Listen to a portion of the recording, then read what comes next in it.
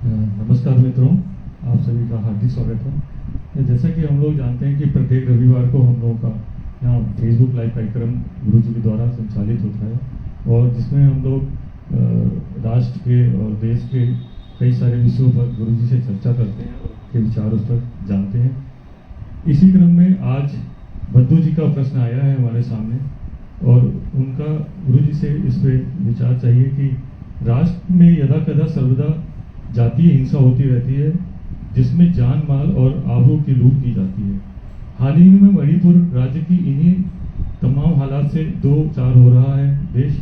प्रश्न यह है कि जातीय क्या है और ये जातीय हिंसा के मूल कारण क्या है। धर्म संस्थापक संघ इस प्रकार की समस्याओं का स्थायी समाधान किस प्रकार से सुनिश्चित करता है ताकि हमेशा के लिए इस प्रकार की जोखिमों से नागरिकों को छुटकारा दिया जा सके। इसी प्रकार की हिंसा अभी हरियाणा में भी हुई है। तो गुरु जी, हम चाहेंगे कि आप इस पर अपना विचार हमें बताएं कि मूल कारण क्या है इस तरह की हिंसा का।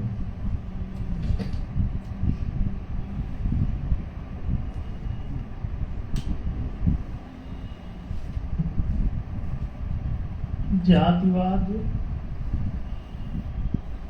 कोई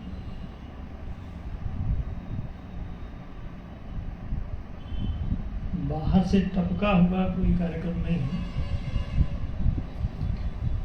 बल्कि जातिवाद एक मौलिक स्थिति है कि आप किसी न किसी से तो जन्म लेंगे ही। जो जिससे जन्म लेता है वो उसकी जाति कहलाती है। तो जन्म होगा तो जाति की गिनती भी चलती रहेगी, कौन किससे जन्मा है।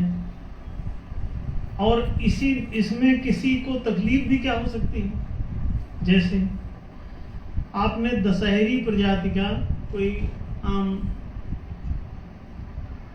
लगाया, इसका मतलब ये है कि वो उसके जिस पेड़ का वो अंश है उसका पहले वाले की सूचना है कि वो पेड़ क्या था, दशहरी था कि चौसा था। तमाम कई नामों के हैं। तो उस श्रृंखला विशेष के वो माने जाते हैं कि अच्छा ये दशहरी वाला आम है। तो जिस पेड़ से वो जन्मा है, जिस पेड़ का अंश है, उसके हिसाब से उसकी जाति ऑटोमेटिकली सेट हो जाती है। तो ये एक स्वचालित प्रक्रिया है। तो जहां जो कोई भी जन्म ले रहा है, चाहे वो पेड़ पौधा ही क्यों ना हो। गेहूं की कितनी प्रजातियां हैं, आम की कितनी प्रजातियां हैं, बैगन की कितनी प्रजातियां हैं, आलू की कितनी प्रजातियां हैं, धान की कितनी प्रजातियां हैं, गायों की कितनी प्रजातियां हैं, साहिवाल, गिर और जाने कितने नाम हैं उनके।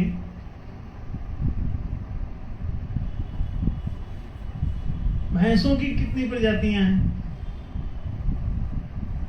घोड़े हाथी सबकी प्रजातियां हैं। इसका मतलब ये है कि ये जाति, उपजाति, प्रजाति ये जन्म के कारण से है। तो जन्म तो होगा ही, जाति भी रहेगी। जाति के आधार पे अब मान लीजिए कि कुत्ता प्रजाति का है और दूसरा बिल्ली प्रजाति का है, दो वर्ग हो गए। अब ये भी माना जाता है कि ये कुत्ता और बिल्ली दोनों लड़ते रहते हैं। चूहा और बिल्ली अलग अलग प्रजातियां हैं, वो दोनों लड़ती रहती हैं। चूहों का संप्रदाय आपने टॉम और जेरी देखा, उनकी फाइट चलती रहती है। इसमें कोई अजीब बात भी नहीं।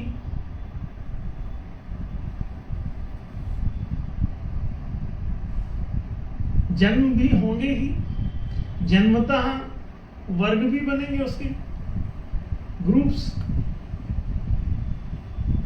उनका समूह, उनका समुदाय, उनका संप्रदाय, उनका समाज भी जाहिर है बनता रहेगा। कि जैसे दशहरी आमों का समाज, काली बिल्ली का समाज, सफेद बिल्ली का समाज, लाल बंदर का समाज, काले बंदर का समाज, सब है ना। एक काला बंदर ले आओ तो काले मुंह वाला बंदर जो है वो लाल मुंह वाले बंदरों को खदेड़ देता है, वो भाग जाते हैं उस जगह से। जहां लाल बंदर आपको परेशान कर रहे हैं वहां एक काला बंदर लोग लाके बांध देते हैं, उसे पाल देते हैं, तो उसको देखते ही वो लोग भाग जाते हैं, इलाका छोड़ देते हैं। ऐसा दिखने में आया है, लोग बताते हैं। तो वो दोनों बंदर ही हैं, तो लड़ क्यों रहे हैं? और ये काले मुंह वाला बंदर लाल मुंह वाले बंदरों को क्यों खदेड़ दे रहे हैं?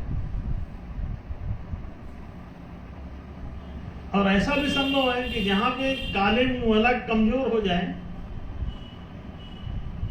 कोई लाल मुंह वाला बंदर एक तगड़ा हो, तो उस समय वो काले वाले को भी खदेड़ सकता है।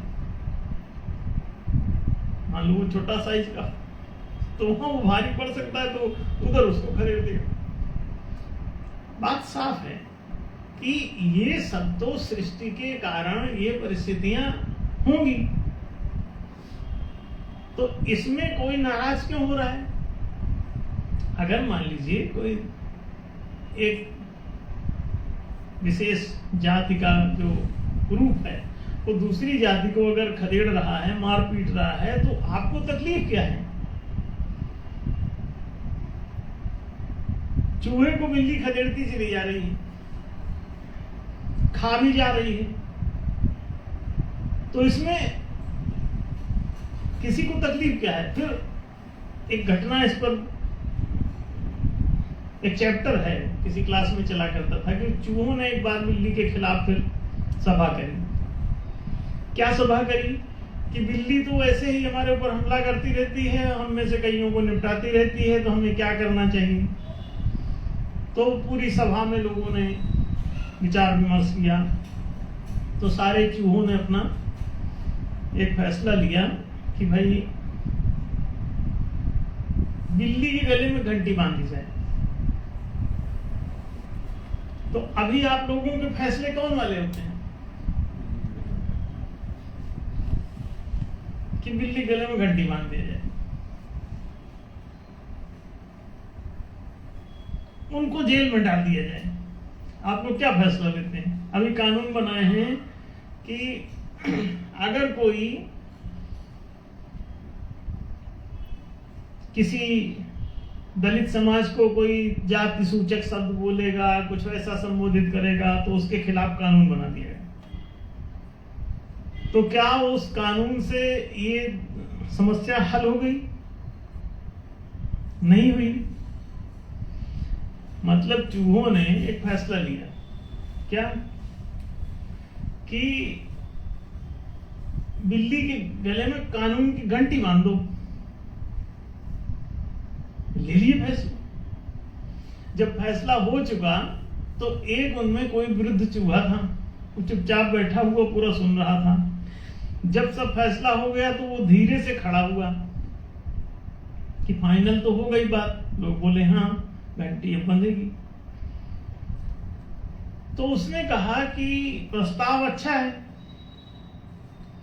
बाकी कानून भी बढ़िया बन जाएगा, लेकिन ये बताओ कि ये घंटी बांधेगा कौन? कौन जाएगा बांधने? तो पहले पूछ लो इसमें से कौन आदमी तैयार है। तो तमाम चूहे बैठे हुए थे, कोई भी राजी ना हुआ। तो बोले कि ये इंप्लीमेंट कैसे होगा कानून? अब आपने कानून बनाया है और फिर भी दंगे हो रहे हैं। तो इतने पर भी क्या समझ में ये बात नहीं आती कि ये कानून व्यर्थ है? नहीं समझना चाहिए। कानून से अगर बात बन गई होती तो घंटी तो बंध जानी चाहिए थी ना, लेकिन बंधी हुई लग नहीं रही, दंगे जारी हैं। दंगे रुक रहे हैं क्या? लोगों ने कहा कि हिंदू धर्म से भाग जाओ जातिवाद से बचने के लिए और सिख बन जाओ। अब सुनाई दे रहा है कि सिखों में पंजाब के अंदर भयंकर जातिवाद है और वहां के लोग भाग भाग के मुसलमान अथवा ईसाई हो रहे हैं। अभी एक जुलूस निकला था, वहां पे वीडियो आया था सिखों के विरोध में। तो जातिवाद से बचने के लिए आप जहां कहीं जाते हैं वहां पर उस जातिवाद को पहले से ही प्रतिष्ठित पाते हैं। जो लोग इस्लाम में चले गए, वहां पता चला, अभी पाकिस्तान का ही एक कोई आदमी कह रहा था, मुसलमान ही, कोई वीडियो था हमने देखा फेसबुक पे, वो कह रहा है कि जो लोग भारत से गए पाकिस्तान, उनको कुछ मुहाजिर या इस टाइप का कुछ नामकरण दे करके वहां उनको रखा जाए, उनको मारा जाता, उनको पीटा जाता, उनके सारे अधिकार समाप्त हैं। वो है मुस्लिम ही, लेकिन वहां पर उनकी कोई इज्जत नहीं, अलग नामों से संबोधित किया जाता है। तो जब इस्लाम में ये समस्या नहीं है तो वो एक विशेष ग्रुप कैसे अलग से बन गया है? अब उनके जो बच्चे पैदा होंगे वो उसी प्रजाति के माने जाएंगे। इसी तरह सऊदी अरब के मुसलमान और इधर के जो आप लोग सब यहाँ भारतीय लोग हो गए हैं मुसलमान और पाकिस्तानी लोग मुसलमान, इनको वो द्वयम दर्जे का मानते हैं, इनको नीच मानते हैं, वो अपने को सुपीरियर मानते हैं, जो श्रेष्ठ हैं। अंग्रेज लोगों ने, जो आप ईसाई होने के लिए आमादा हैं, अंग्रेज का तो मतलब ही होता है सुपीरियर। उनने अपने आप को सुप्रीमेसी दी। दे आर इंग्लिश, अपनी भाषा को भी उन्होंने इंग्लिश नाम दे दिया है। और इंग्लिश जानते हैं, इंग से बना है, उसी से इंजीनियर बना है, उसी से इंजन बना है, ENGIN, इंजीनियर क्या है? ENG वही, सब ENGI से बने हुए हो, जिसका मतलब होता है इंजीनियर मानो तो अभियंता, आगे चलने वाला, द फॉरवर्ड।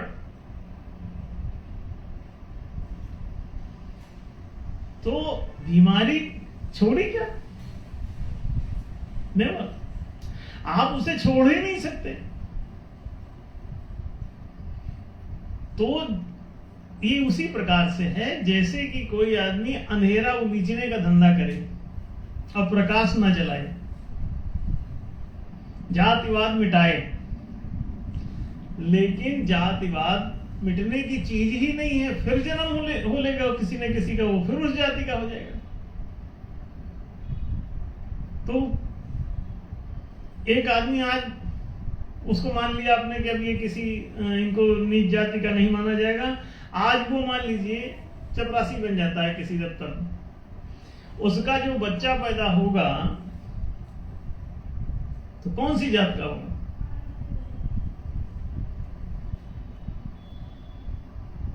क्या बताओगे? इंजीनियर? वो चपरासी जाति क्या हो जाए? नीची जाति, नीची पोस्ट। अभी एक केस आया है, बड़ा बवाल मचा है मीडिया में। एक आदमी ने अपनी पत्नी को पढ़ा लिखा के SDM बना दिया। वो पढ़ लिख गई, SDM हो गई। अब इनने शादी करी थी बता के कि ये वहां ग्राम अधिकारी है कोई, और ग्राम पंचायत अधिकारी। अब उनको जो है वो पता चला वो वहां पर स्वीपर थे।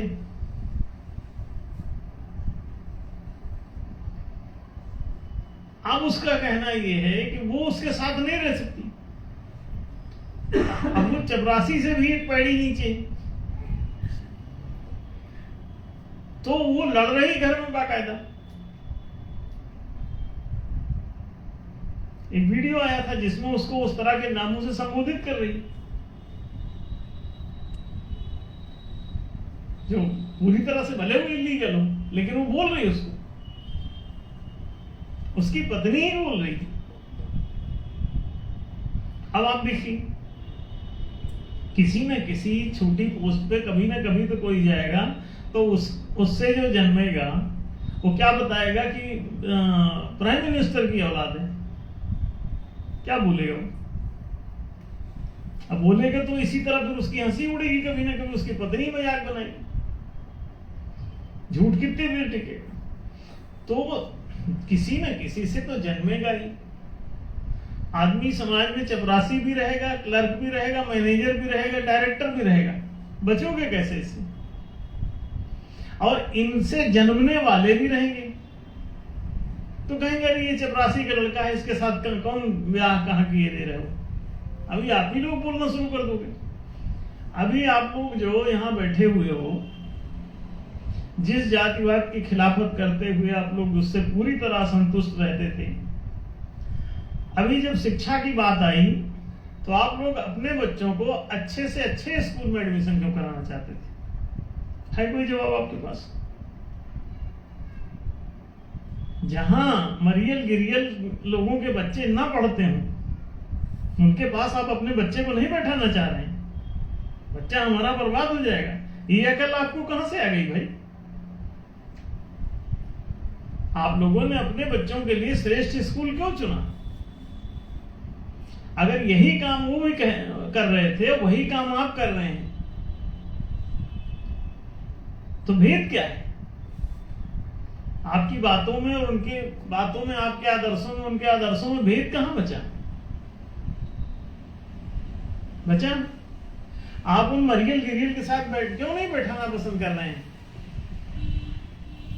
आपको मालूम है कि हमारा बच्चा बिछड़ जाएगा, यू नो इट।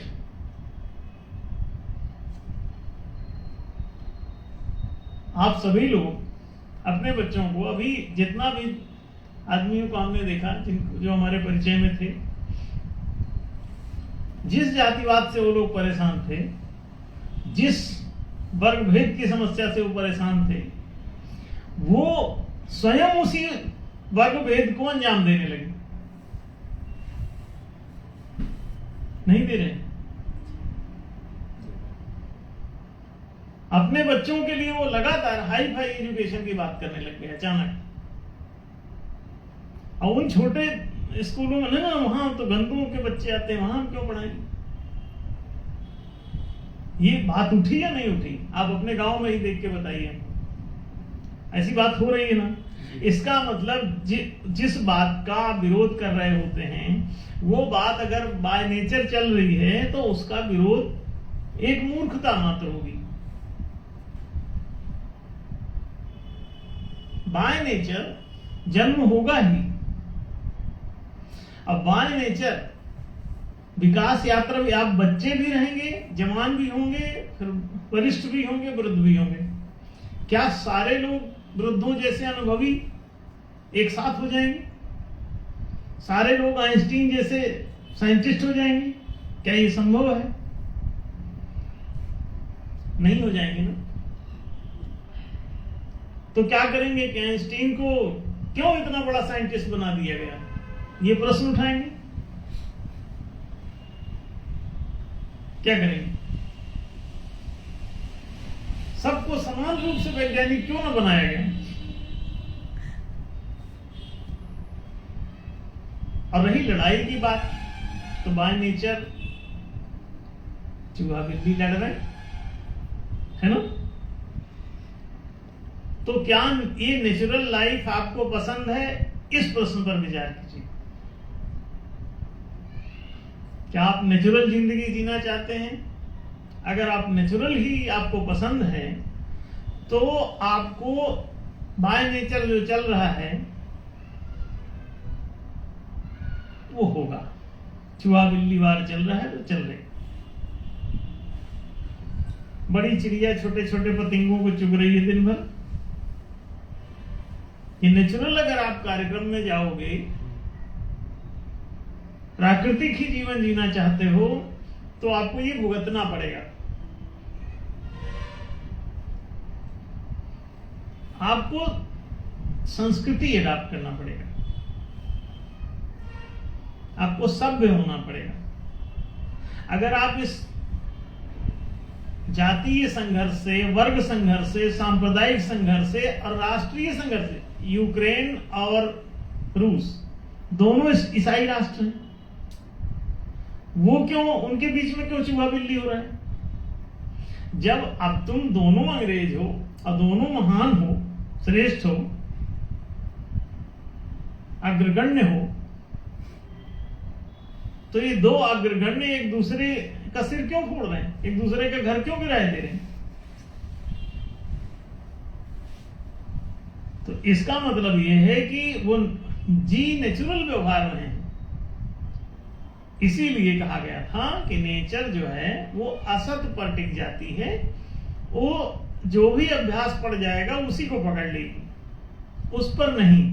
असतोमा सद्गमय बोलना पड़ेगा कि जो भी बात सत्य सिद्ध हो उस पर टिकोगे। अगर इस पर आप टिकने के लिए राजी हो तो आज ही ये समस्या का हल है। जब तक तुम सबका वैल्यू आत्मिक बाय सोल आधार, जब तक आप लोगों को इक्वल वैल्यू देने के लिए बेसिक तैयार नहीं है, उनके ईश्वरत्व को स्वीकार करने के लिए तैयार नहीं है, उनके स्वत्वाधिकार को मानने के लिए राजी नहीं है, वो जिस भी दशा में रहें उस दशा में उनका ईश्वरत्व आप स्वीकार करो। वो कम विकसित हैं, ज्यादा विकसित हैं, इससे मतलब नहीं। उनके स्वामित्व को स्वीकार करो, स्वत्वाधिकार को स्वीकार करो। आपके समान वो भी स्वत्वाधिकारी हो। आप स्वामी बनना चाहते हैं तो दूसरों के भी स्वामित्व का मार्ग खोलो। चूहे को भी उतना ही स्वामित्व दे दो जितना बिल्ली को देने के लिए राजी। यदि लड़ाई और वर्ग संघर्ष, जातीय संघर्ष, यदि सांप्रदायिक संघर्ष, राष्ट्रीय संघर्ष यदि बंद करना है कि दोनों सेना ना लड़े, दो देश ना लड़े, दो राष्ट्र ना लड़े, दो वर्ग ना लड़े, दो जातियां ना लड़े, दो संप्रदाय ना लड़े, दो समूह ना लड़े, यदि ये करना है तो आपको सार्वजनिक शासन प्रणाली ही अपनानी पड़ेगी और दूसरा कोई उपाय नहीं। क्यों? चलता ये सब नियम से है। अगर आप नेचुरल नियम का पालन करेंगे तो बाय नेचर जो चल रहा है वो नियम किसी सत्य पर आधारित नहीं है। वो जैसा अंदर अभ्यास पड़ जाता है वैसा वो चलने लगते हैं। सत्य ने नहीं कहा था कि बिल्ली चूहे को खा जाए। एक प्राणी दूसरे प्राणी को दर्द दे, तकलीफ दे, ये सत्य की घोषणा नहीं है। सत्य की खोज ये हुई है कि इस दुनिया में दूसरा कोई नहीं है, इसलिए दूसरे के साथ दुर्व्यवहार ना करो। आत्मनः प्रतिकूलानि परेशान न समाचरे। अब सत्य की ये घोषणा है। अब ये घोषणा कि जैसा तुम अपने लिए अच्छा चाहते हो वैसा दूसरे के लिए भी चाहो, ये केवल न्यायशील महालोकतंत्र से ही होगा। जिस दिन सभी को मताधिकार प्राप्त हो जाएंगे, नियम नीति निर्णय बनाने वाले, आप अपनी अपनी मर्जी से विद्वान लोग नियम बना सकते हो, लेकिन उसे लागू करने से पहले आपको जनमत कराना पड़ेगा। यदि बहुमत इसमें शामिल है तो जो बात जितनी बहुलता में होती है उतनी सत्य के निकट होती है। सर्वत्वम इति सत्यम। उपनिषद कहता है जिसने सत्य को जाना वो सर्व हो गया। देवताओं ने सत्य को जाना वो सर्व हो गए, ऋषियों ने सत्य को जाना वो सर्व हो गए, जिन मनुष्यों ने सत्य को जाना वो सर्व हो गए, और आगे भी जो मनुष्य सत्य को जानेंगे वो सर्व हो जाया करेंगे।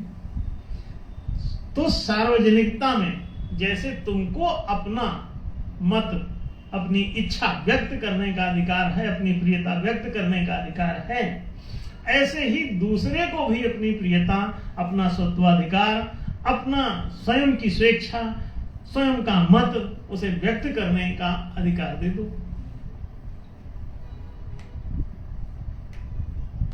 अब ये नियम बना लो, चूहे से भी पूछ के बना लो कि क्या बिल्ली चूहों को मार डाला करे? चूहे लोग आपस में मिलकर फैसला करेंगे तो बात नहीं बनेगी। इसमें बिल्ली को भी बुला के बैठाना पड़ेगा उस सभा में। आपने कहानी पढ़ी है, कविता वो पढ़ाई गई है कि चूहों ने सभा की। तुम्हारी सभा का मूल्य क्या है? तुम अपने से फैसला लेके बैठ जाओगे, इससे होगा क्या? बिल्ली को इस बात से क्या मतलब है कि तुम्हारी सभा में क्या पारित हुआ? ठीक है ना?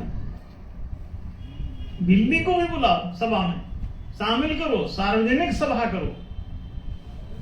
सांप्रदायिक सभा से बात नहीं बनेगी, सार्वजनिक सभा करो। और सार्वजनिक सभा में जैसे ही आप ये शामिल करोगे कि नियम तो जो बुद्धिमान लोग हैं, जो योग्य लोग हैं, जो विवेकशील लोग हैं, वो बनाए, ठीक है, लेकिन हमें अपनी प्रियता और अप्रियता तो, इच्छा और अनिच्छा व्यक्त तो करने दो। तो जैसे ही आप मताधिकार देते हैं तो मताधिकार जो है स्वेच्छाधिकार है, सत्वाधिकार है, स्वामित्व का अधिकार है, ऐश्वर्य का अधिकार है। तुम्हारा ईश्वरत्व तुमको प्राप्त हो जाएगा, तुम स्वत्वाधिकारी हो जाओगे। जब तक तुमको ईश्वरत्व की मान्यता यहाँ और अवकात नहीं दे दी जाती, तुमको अपना मत व्यक्त करने का अधिकार नहीं दे दिया जाता। किस पर? नियमों पर, नेता पर नहीं, नीति पर, नियम पर। विधाता चुनोगे नहीं चुनोगे इससे फर्क नहीं पड़ता कि आपने कितना विधायक चुना, ना, वो तो टेस्ट से भी चुना जा सकता है कि वो टेस्ट में विधि विशेषज्ञ है तो इसलिए उसको बना दिया, बड़ा दार्शनिक है, बना अच्छे विधान बनाएगा। लेकिन वो विधान लागू होने से पहले जन समर्थन चाहिए, जनसहमति चाहिए, जनमत चाहिए। तो जैसे ही ये जनमत स्वीकृत होगा, कोई सांप्रदायिक संघर्ष नहीं होगा।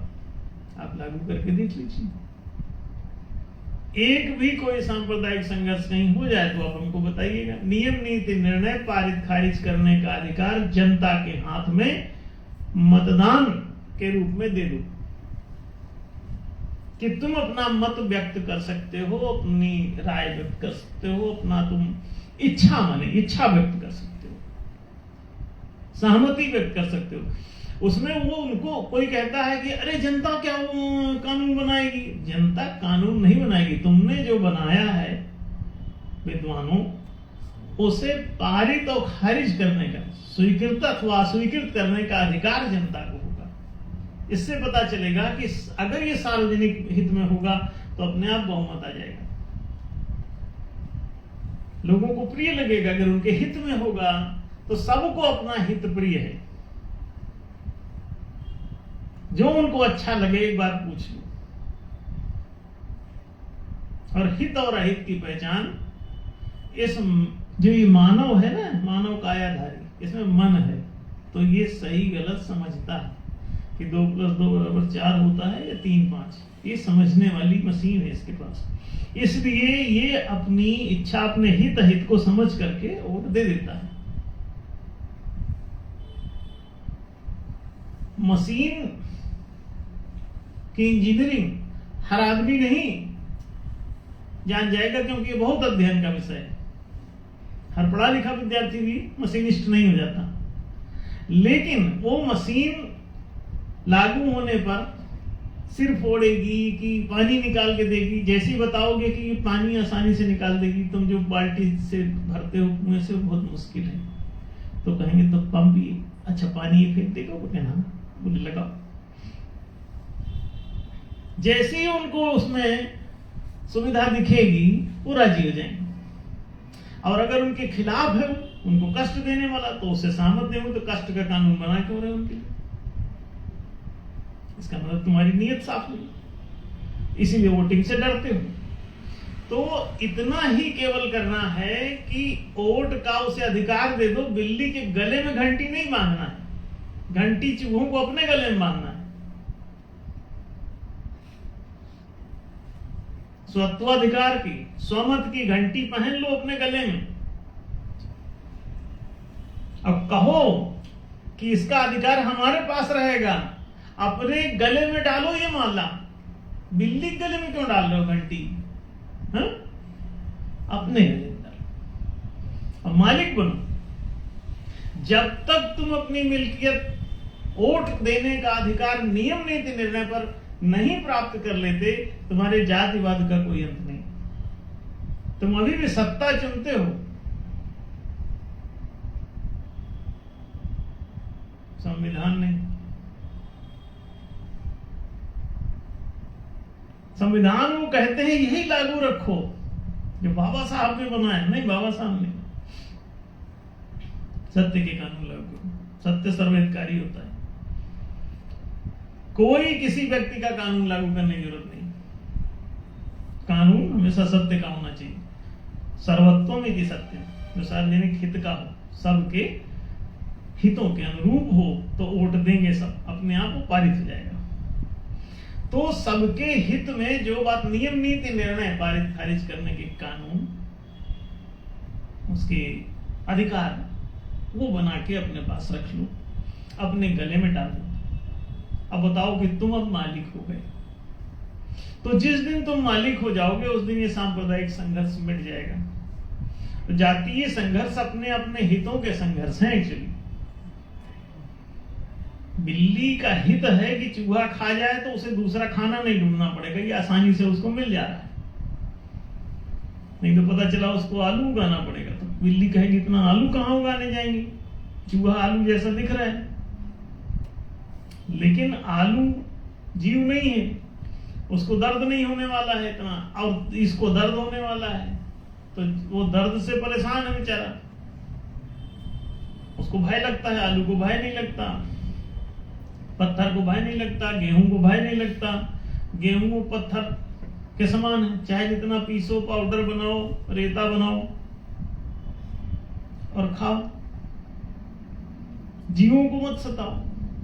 अब आप देखो, अपने अपने हितों के लिए सब लड़ रहे होते हैं। जातीय संघर्ष नहीं है, हितों के संघर्ष हैं। हिंदू मुस्लिम राइट, ये हितों के संघर्ष हैं। हिंदू मुस्लिम नहीं लड़ रहे थे ना, राम मंदिर बाबरी मस्जिद पर हिंदू मुस्लिम लड़ रहे थे, ना अभी ज्ञान वापी पर लड़ रहे हैं हिंदू मुस्लिम। तो किस पर लड़ रहे हैं? हाँ, अपने अपने हितों के, अपनी अपनी हित जो है वो संपत्ति पर रखें। झगड़े की जड़ तीन, जर जोरू जमीन, जर और जमीन, ये दोनों तो एक ही बात है, माने भौतिक संपत्ति और मौद्रिक संपत्ति, वो दोनों मुद्रा विकल्प, वो एक ही बात है। और जोरू इसलिए जोड़े हैं क्योंकि वो पैसे से जो है सुख प्राप्त करना है, तो सुख सुविधाओं में जोरू भी शामिल है उनके।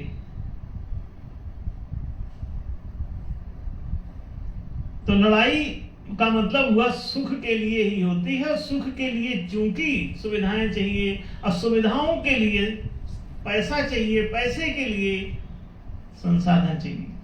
तो संसाधनों की ये लूट है बेटा, और कोई बात नहीं। कोई जातिवाद नहीं है इस दुनिया में, कहीं होता भी नहीं है जातिवाद। मनुष्यों के जो भी संघर्ष हैं वो जंगल राज के कारण। जंगल का मतलब होता है जात के आधार पर चलने वाली जगह, अर्थात जंगल, जाति पर आधारित जगह यानी जंगल। और वरीयता क्रम पर आधारित, वरीयता क्रम कर लो। और वरीयता क्रम नहीं करना चाहते हो तो ये वोटिंग कर लो, उससे भी डर लगता है। ये वोटिंग वाला जो है अपने आप वरीय आदमी को बैठाएगी, चिंता मत करो।